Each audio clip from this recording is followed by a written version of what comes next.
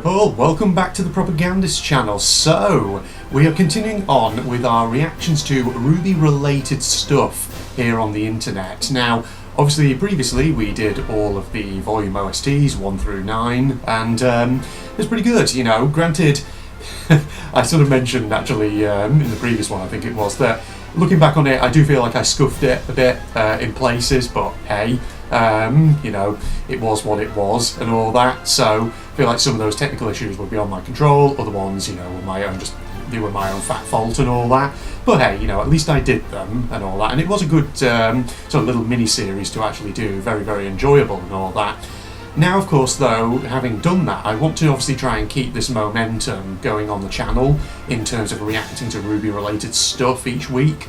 So, you know, special thanks, of course, to people who've left lists of suggestions for stuff that I can react to, that kind of thing.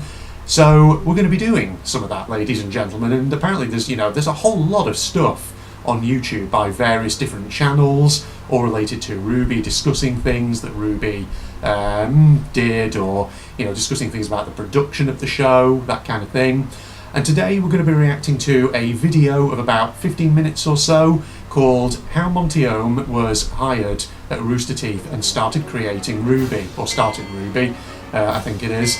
So yeah, this is by a channel called Mooncake, which I hadn't heard of Mooncake, but looking at their, well, basically looking at all their videos on their channel, they appear to be very much focused on doing video essays about Rooster Teeth, particularly about individuals within Rooster Teeth and how they were hired at the company and the kind of things they got up to while they were there.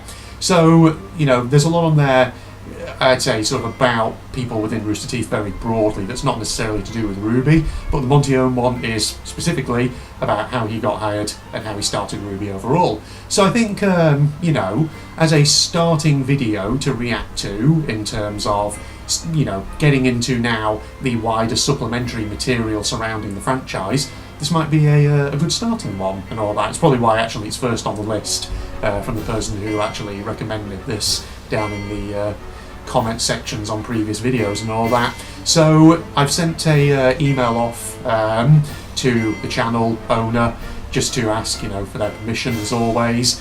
I haven't actually had a response yet, but so I am technically preemptively recording this, but obviously if they do come back to me saying they're not happy with me doing a reaction to it, then, well, I'll just have to record something else in essence. But, you know, there's a lot of stuff, and you know, quite a few of these videos by the looks of it are uploaded by fan channels or channels that are not necessarily affiliated with Rooster Teeth, so I probably will have to send out a little bit of an email bombardment here and there just to, you know, ask people for permission and all that.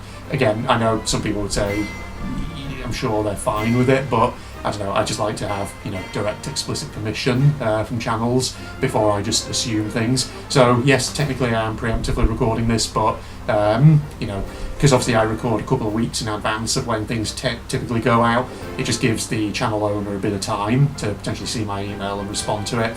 And if obviously, you know, it gets to a point where I haven't heard anything from them, then I will hold off uploading this until actually I hear something.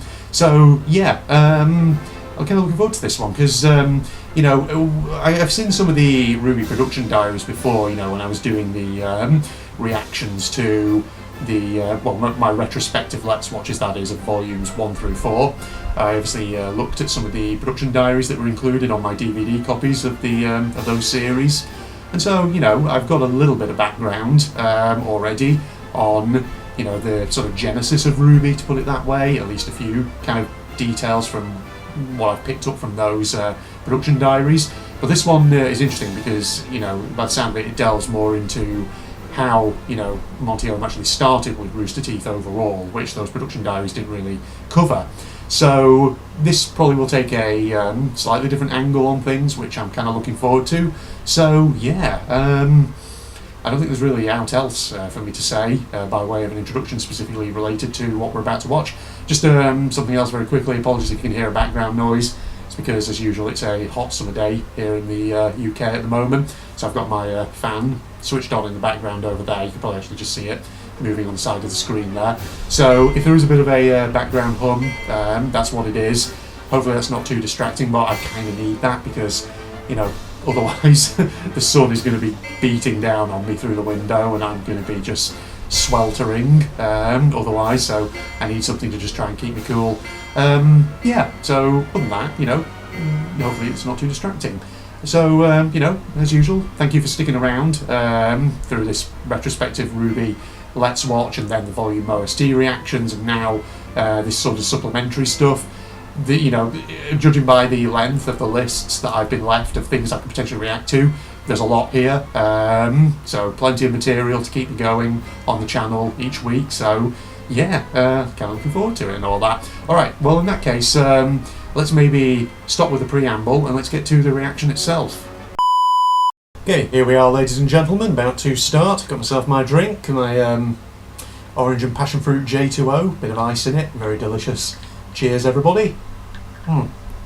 So, without further ado, how Monty Oum got hired at Rooster Teeth and started RWBY. Starting in 3, 2, 1, go.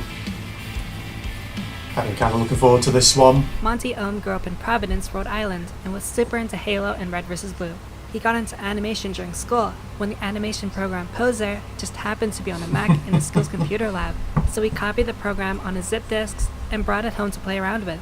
He had a hard time with Poser at first, but he was determined to learn how to use it. Animating at home, animating at school, animating at night, basically any second he could spare, he spent learning how to use it. And okay, I'm probably going to be pausing frequently if there's certain things I think are interesting and worth commenting on. So, basically he was massively into animation then, in his younger years, which tracks to me, because I think probably it is the case, I would imagine, for a lot of artists in various, you know, mediums that, you know, before they really started doing this kind of thing professionally, they probably dabbled in it, you know, during their youth, and had an enthusiasm for it. So I'm not kind of surprised, you know, if that's the case, that when he was basically a student, he just, you know, played around with animation softwares and that kind of thing and experimented with them. So yeah, nothing surprising necessarily there. Okay, 3, 2, 1, resume. A specific animation software was what Monty would use years later to make RWBY, but animation stayed as only a hobby for him because he was actually interested in working in the film industry.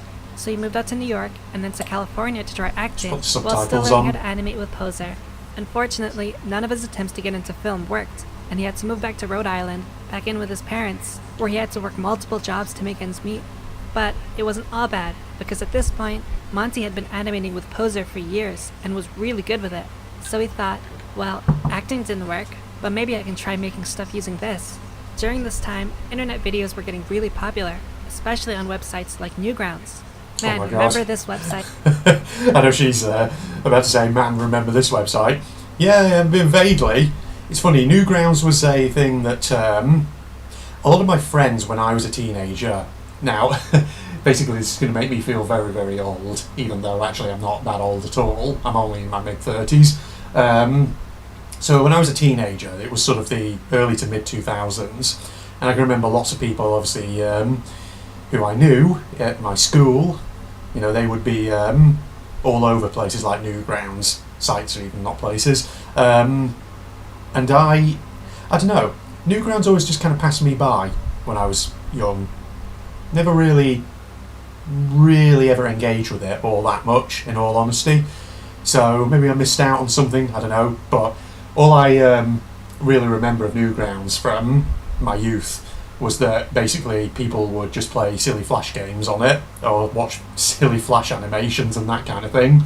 But yeah, I mean, I'm not kind of surprised that actually Monty Oum maybe had a connection with this kind of thing, because, you know, I wonder how many cases there actually are of people who, you know, in the present have gone on to maybe do or set up kind of incredible pieces of art, or have been involved in professional animation or video game development and stuff like this, who maybe started out on sites like Newgrounds, where they were basically just shit posting or posting silly little animations that they put together or stuff like that. So, you know, I think, just seeing Newgrounds was a bit of a unexpected thing in this video, and yet it feels like it does track, kind of, but sorry, just went on a bit of a digression there.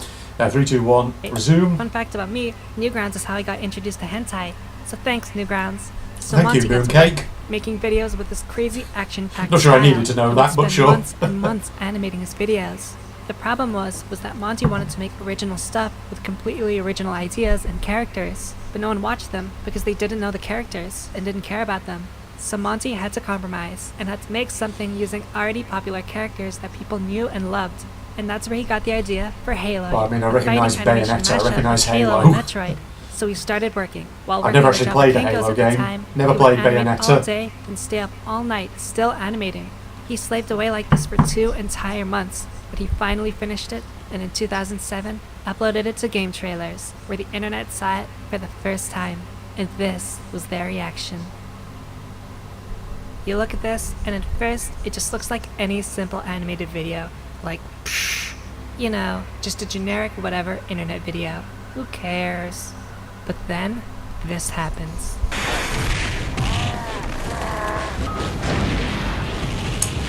Okay, so he reveals his skill at actually animating combat sequences. Never thought I'd see Samus Aran First, it looked fighting just like with any random lightsabers. internet video, but it turned out to be this crazy thing with action and guns and explosions and hot babes and blackjack and hookers. And everyone was like, whoa, this is crazy good.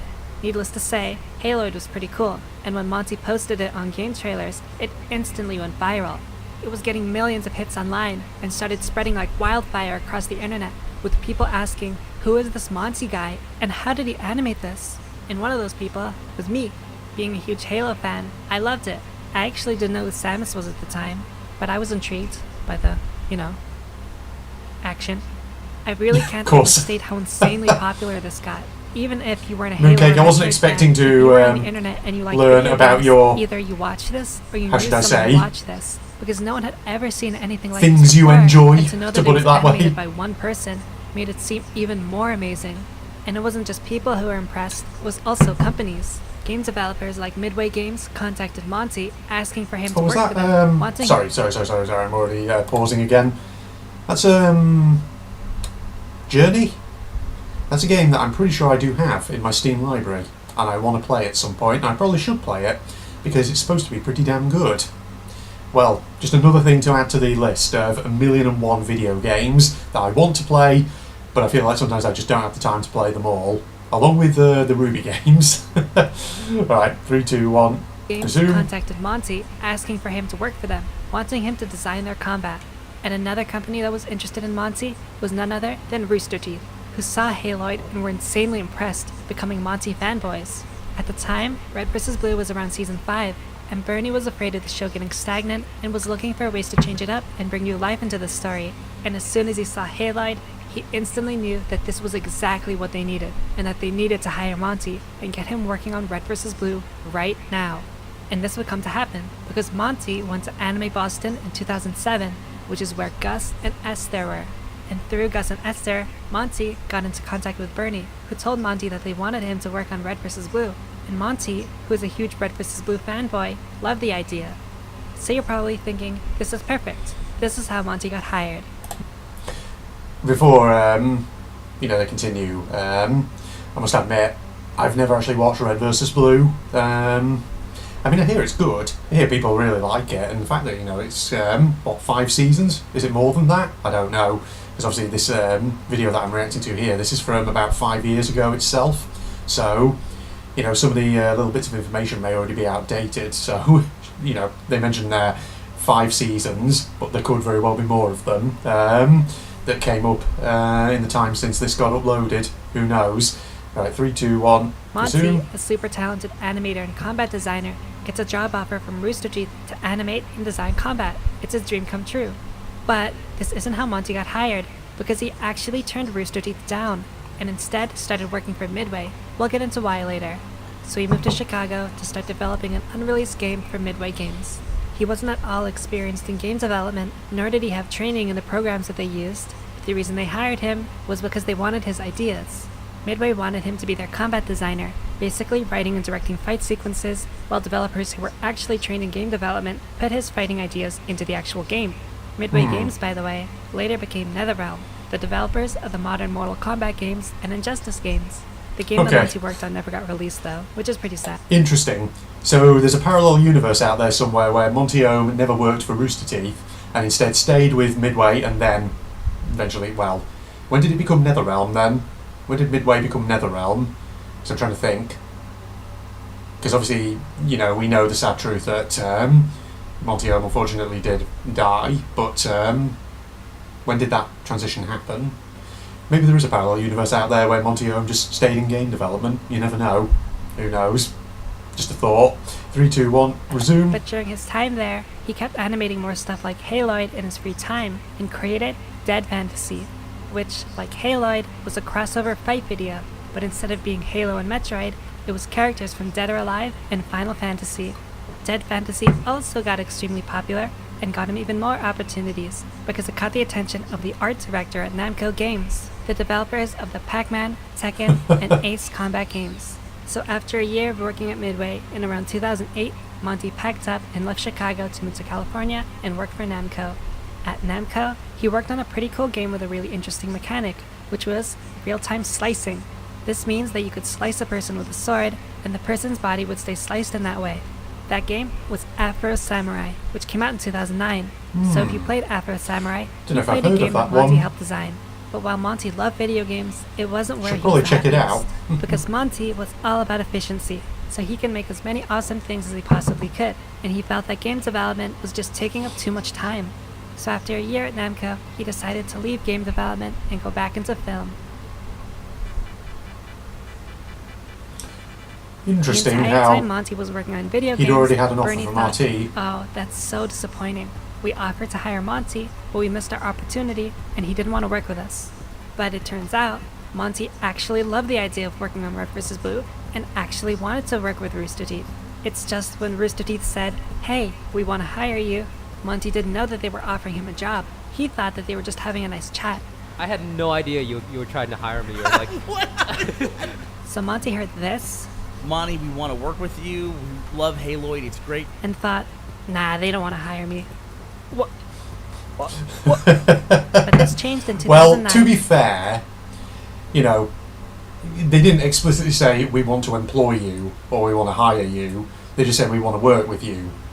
That could mean a couple of things, right? That could mean either we want to hire you, or it could just mean now we just want to maybe collaborate with you on something, on like a one-off project or something like that, for all he knows. So I sort of get maybe why he would perhaps misunderstand and pass that up. I mean, yeah, I mean, you could still say, you know, he should have maybe there kind of just asked for clarification of what they meant, but yeah, I know. Funny one, isn't it? 3, 2, 1, resume. Monty started talking to the Rooster Teeth crew again.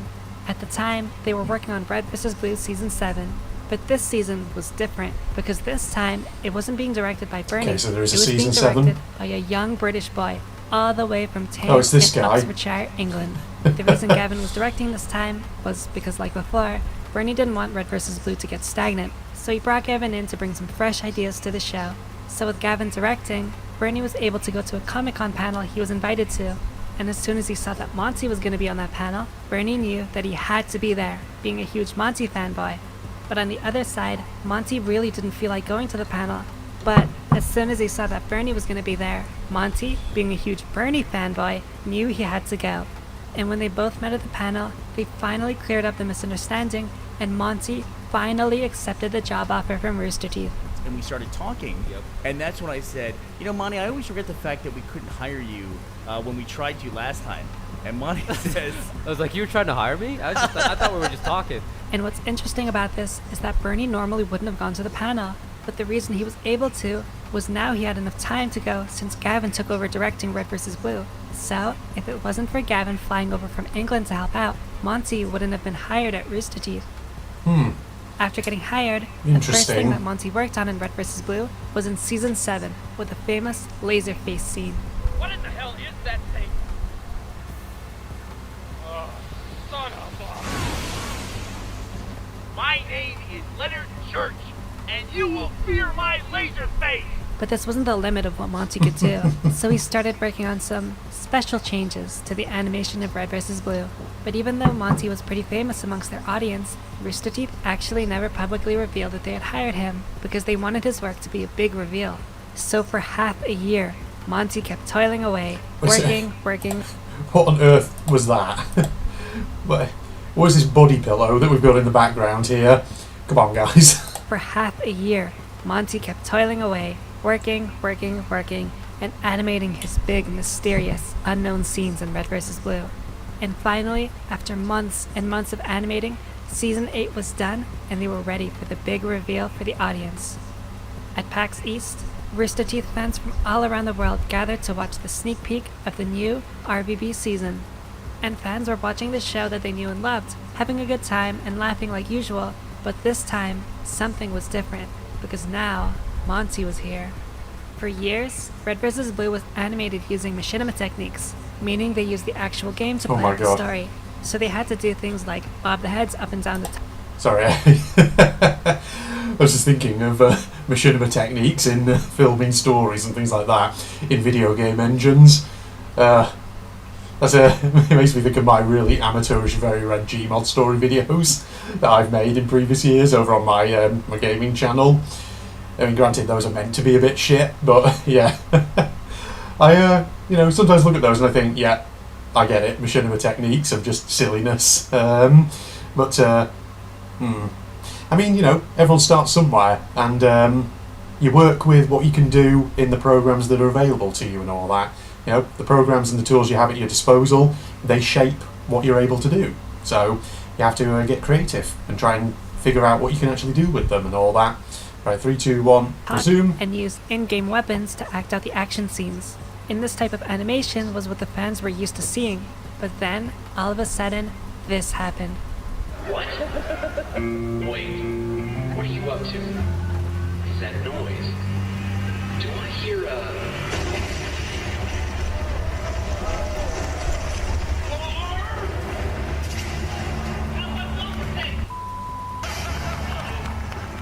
Here, Rooster Teeth revealed their new secret weapon, Monty Oum, the creator of Haloid and Dead Fantasy, meaning now, Red vs. Blue wouldn't be just machinima, it would also have the trademark Monty Oum CG action.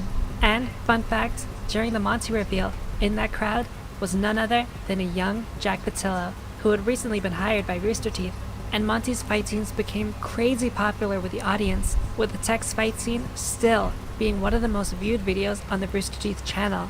So Monty's work on Red vs. Blue brought this show into a whole new era, changing Red vs. Blue and Rooster Teeth animation forever. So just take another pause, sorry, if I'm sort of interrupting the flow a bit, but Jack Patillo, I'll be honest, there's a lot of people in Rooster Teeth more widely who I'm not familiar with, so I don't know a lot about who Jack Patillo is, but I'm assuming since he's been mentioned that there's some significance to the fact that he came into Rooster Teeth as well about this time, right? Possibly? Maybe someone in the comments could clarify that for me. 3, 2, 1, resume. Okay, here we go. Here Years got to the bit passed, about and after RWBY. making Red vs. Blue for a while, Bernie said, "Monty, this show's going great, and your animation's awesome, but is there anything that you want to do that's new?" And Monty said, "Let me show you this idea I have." And what he showed Bernie was a concept for a sight that turned into a gun. And when Bernie saw this, he was immediately on board.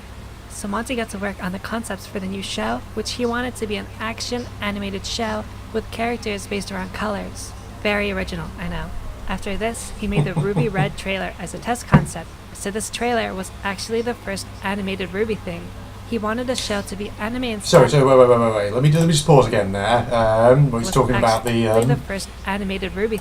Red trailer, because did I not, when I did my retrospective Let's Watch of volumes 1 to 4 of RWBY, because obviously I did do a reaction video to the original trailers, but did I not at the time, I always commented, didn't I, how the red trailer feels kind of interesting compared to the what we actually see in the volumes themselves with the Grimm, because of course, the Grimm have a very particular design in RWBY, whereas the monsters that you actually see in this trailer are similar in certain respects, but also kind of different in that they have, their colour scheme is noticeably a little bit different, because obviously whilst they're still very dark, like normal Grimm are in the main series, they often lack a lot of the visual features that Grimm typically have, like sort of splashes of white colour, and instead these sort of werewolf-like monsters that RWBY fights in this trailer you know, they have sort of like red facial features and that kind of thing, which makes me wonder, you know, I always wondered at the time, is that because, you know, this trailer was made before aspects of RWBY's world building had perhaps been figured out? And I'm assuming then that, you know, this is basically sort of confirmation of that, pretty much. I mean, I think people probably actually answered that question for me back when I did that post, you know, that non-blind retrospective reaction to the trailers. But yeah, I mean, this basically says that, okay, so this was not just a trailer, this was a proof of concept of the idea of what RWBY could be. So I guess at this stage this was quite early in the production process of RWBY, and therefore, you know, aspects of the monsters that they would fight, what they were, the significance of them, the sort of final design of them perhaps had not been settled on them at this stage. Interesting. Right, 3, 2, 1, resume. He wanted the show to be anime inspired and to be about the growth of 4 teenage girls who grew up to be a team and work together. And he wanted these girls to represent red, white, black, and yellow. And thus, RWBY was born. And yes, that's RWBY with a W, because they couldn't find a color that starts with U. There's actually quite a few, but I don't know if red, black, yellow, and Uranus would sound as nice. But nah, we'll just go with RWBY with a W. Rubu. It'll be fine. No one will ever get confused by that, right? But the show released, with Monty directing and designing the fights, and Miles and Carrie bringing life to the story Oh, and we've the seen characters. bits of these clips And like with before. Halloid, Dead Fantasy, and Red vs. Blue's fight scenes, RWBY, unsurprisingly, was also insanely popular. So popular that it brought in a very specific group of people to Rooster Teeth. No, not gamers, not even furries. What is it? Thank you for those images. Worse. Oh god. 変なんね、そのままわからないよ。 Weeaboos.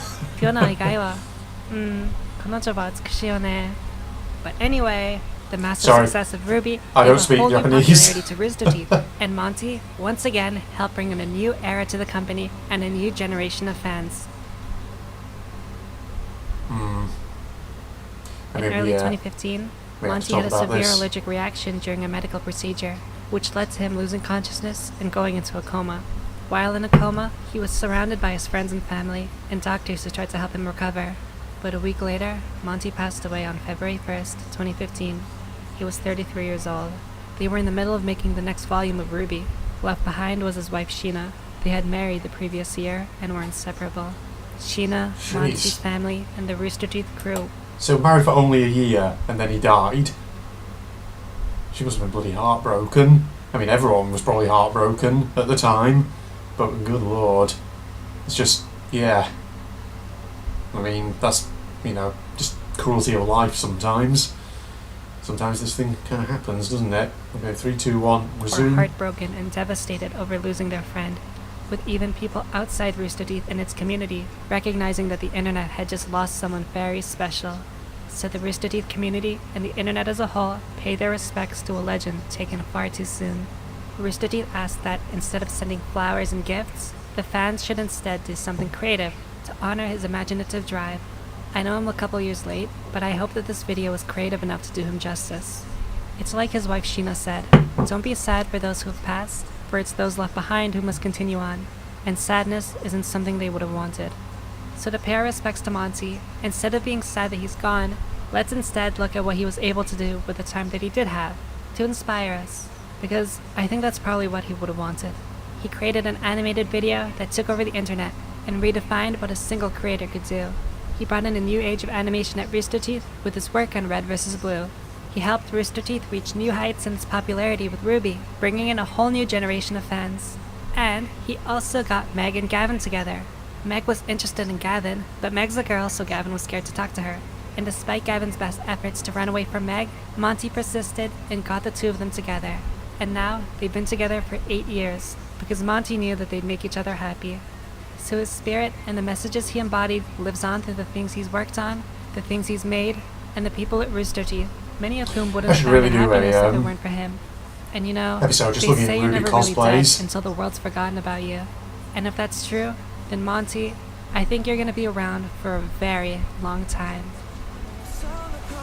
Ah, that was a good one to start this kind of supplementary run. I mean, you know, assuming Mooncake gets back to me and make sure that, you know, they clarify that I have the permission to actually upload this and all that. So yeah, I think that was good. There was plenty there to chew over, which I think is interesting. So let's take a jump cut here. Let's go to the post-reaction discussion. Okay, so yeah, plenty of interesting things actually came out of that, and it was good as a way of sort of setting up some context just behind, you know, where the production of RWBY ultimately came from, how it ultimately started. I mean, you know, the production diaries that I mentioned earlier at the start of the video, those which were on some of my DVD copies of volumes 1 to 4 of RWBY, you know, they themselves did give further hints about, you know, how RWBY actually came to be, what the sort of genesis of the show actually was. So, you know, Monty Oum had this idea in his head for, you know, he wants to create this show based around colours. 4 main characters would be teenage girls, and then, you know, they would get into these kind of big action scrapes and sequences, that kind of thing. But, you know, actually getting a bit more of where Monty Oum actually came from and how he came to be at Rooster Teeth was, you know, very, very interesting. And like I said, you know, I'm not kind of surprised that prior to joining Rooster Teeth, he very much not only had a professional background in things like animation, but also that he had a personal interest in it, in terms of, you know, he used to do animation in his spare time as well. I'm not surprised by that at all. I think a lot of artists are probably that same way. You know, before they do things professionally, they probably just do things on the side in their own time out of personal interest. I did find it surprising though that he didn't initially take the offer of employment simply because he misunderstood what was actually being said to him and all that.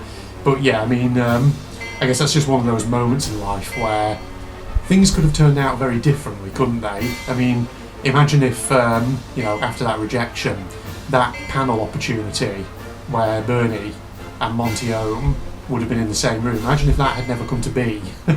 You know, in that case, would there have ever been a RWBY? Who knows? I mean, you know, I ask those questions, we don't know the answer to that for sure. You know, we're engaging in counterfactuals at this point, but, you know, I just think it's an interesting, you know, imaginative thought experiment and all that. But, no, I mean, the thing is, I'm also kind of not surprised that he clearly had a very big sort of interest in video games as well. Hence, you know, when he was doing some of his earlier personal animations and that kind of thing, you know, he was using a lot of video game characters there, so like Samus Aran, Halo characters, Dead or Alive, Final Fantasy characters. I'm not surprised that he used video game characters. I imagine a lot of animators probably of, you know, his and my sort of generation, they probably did, I would imagine, have an enthusiasm for video games when they were younger, and sort of the sort of fluidity of combat sequences, fight scenes in video games, that kind of thing, and that probably sort of really captured their imagination and their interest, and thus they probably, you know, therefore started out by just creating maybe fun little animations and things using their favourite video game characters or whatever. I mean, the thing is, like, you know, that video obviously talked there a lot about things like, you know, the Haroid stuff that Monty did, and then eventually his animations using like Dead or Alive and Final Fantasy characters. But, you know, you can find other examples of that where people who start out as fans of franchises and dabble in animation and that kind of thing eventually go on to be involved in the production of things like official installments in their favourite franchises, or they go on to create new and entirely original things, that kind of thing. I mean, a great example of that I always thought was, if you've ever seen the Super Eye Patch Wolf video about the Sonic franchise. Sonic is a franchise that I've never really played all that much of. It's never really interested me, as much as, you know, friends and people who I know from my life were interested in it. Because the thing is, you know, I was born right at the start of the 1990s, and so therefore, you know, I was very much of that same, what you would call, Sonic generation, to put it that way. Because obviously the first Sonic game was 1992, I think it was. So whilst, you know, during the first game I would have only been a, you know, tiny little kid, you know, I was very much of that same generation that was growing up with the Sonic games, and, you know, which, you know, a lot of my peers were very into it. I remember friends from high school who, you know, when they were young kids, they played the original Sonic games, and they loved, you know, those old 2D platformer Sonics and all that. But, you know, if you watch that super eye-patchable video about the Sonic games, you know, what's striking is how many people who were born in that generation, who then, you know, during the 2000s as teenagers, would often produce a lot of, like, Sonic fan animations and fan works, that kind of thing. Like, you know, what was the production? Was it Super Mario Z, was it called? Which was sort of like this weird animation featuring Mario and Sonic characters teaming up to fight against Metal Sonic, whatever it was. You know, that was an example, I think, of a production where the guy who produced it, did he not eventually become part of an official production team, or was that someone else? There might have actually been someone else, actually, who created another but very notable Sonic fan game. But the point still stands, right? You know, it's fascinating how sometimes people who start out as fans of, you know, video games, things like that, then they dabble in animation as kids, as teenagers, and then eventually they get to work on big productions, possibly productions that they themselves were interested in when they were young, but also potentially original productions of their own as well. And so, you know, Monty Oum kind of fits that pattern then, by the sound of it, which I think is really, really fascinating and interesting, but not at all necessarily surprising and all that. Yeah, I mean, the thing is, you know, being a sort of video game enthusiast myself, it was kind of interesting though that a lot of the video games mentioned in there are franchises that I've never actually dabbled in myself, like Final Fantasy, Dead or Alive, Halo. I've never actually played a Halo game. I've never played a Metroid game either.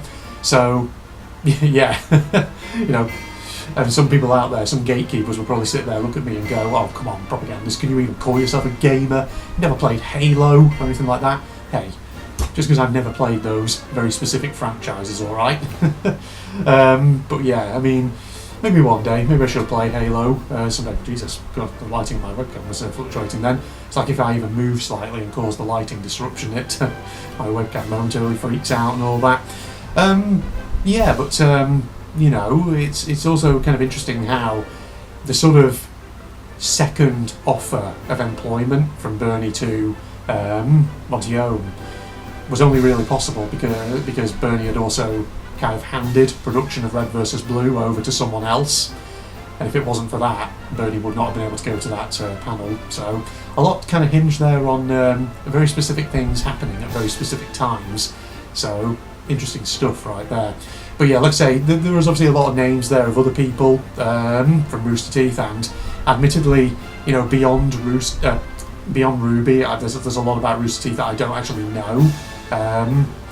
And whilst, you know, I've watched the odd other Rooster Teeth video before, particularly things like Achievement Hunter, where they're playing Gmod TTT or stuff like that. I'll admit, you know, I've not watched a lot of wider Rooster Teeth videos at all in my time. And so, you know, hearing some of these other names, some of them are a bit less familiar to me, like, you know, Jack Patillo, or, you know, some of the other individuals who we've had mentioned in that video there. So, again, you know, if there's anything about those that you want to, about those names that you want to inform me about in the comments, please do, and all that, just in case there's any bits of context that maybe I'm missing or not getting and all that. So yeah, that was a great video to watch. I genuinely really enjoyed that. And like I say, you know, if I can upload this one first, then that would just be a great start to this sort of series of watching, you know, RWBY supplementary material and all that as part of this playlist of wider RWBY-related videos and whatnot. Now, you know, just looking at other videos on the list that people left me, you know, while some of these videos are sort of things like fan essays produced by specific channels, which I'll probably therefore want to ask permission from, I've noticed that some of the other ones, particularly some of the shorter ones, aren't necessarily things produced by fans. They're sort of things like official Rooster Teeth Productions that have been re-uploaded by fan channels. Therefore, for those ones, I don't think I'll necessarily need to ask for permission, because ultimately, you know, they themselves are probably aware that what they've uploaded is not their creation, so they'll probably be a bit more, you know, fine, give a bit more leeway for me to react to that stuff. So yeah, looking forward to it, ladies and gentlemen. So some of the stuff that people have recommended, like I say, is only short, maybe 2 or 3 minutes. So there'll probably be episodes at this point in this series where, you know, we maybe react to more than one thing at the same time. So you can expect that basically, and I think, you know, that'll be fine. But no, other than that, I don't think there's a huge amount else for me to say on, you know, on what we've watched there. So good, decent intro to Monty Oum himself and kind of where he came from. You know, aspects of his personal life in terms of how he developed his skills and his interests and all that. So I hope you enjoyed watching this reaction then, ladies and gentlemen. I certainly thought that was quite interesting. Other than that though, we will start to wrap up here. So as mentioned already, I have a gaming channel, General Red Strategist, link in the video description. For anyone who might be interested in that, you can go and check it out. I do all sorts of gaming content over there. It's quite eclectic, lots of games from different genres, so I'm sure there might be something over there that grabs your fancy and all that. Other than that, thank you for joining me, and I hope you will join me next time when we'll react to some more RWBY additional supplementary material. So, see you then everybody, goodbye.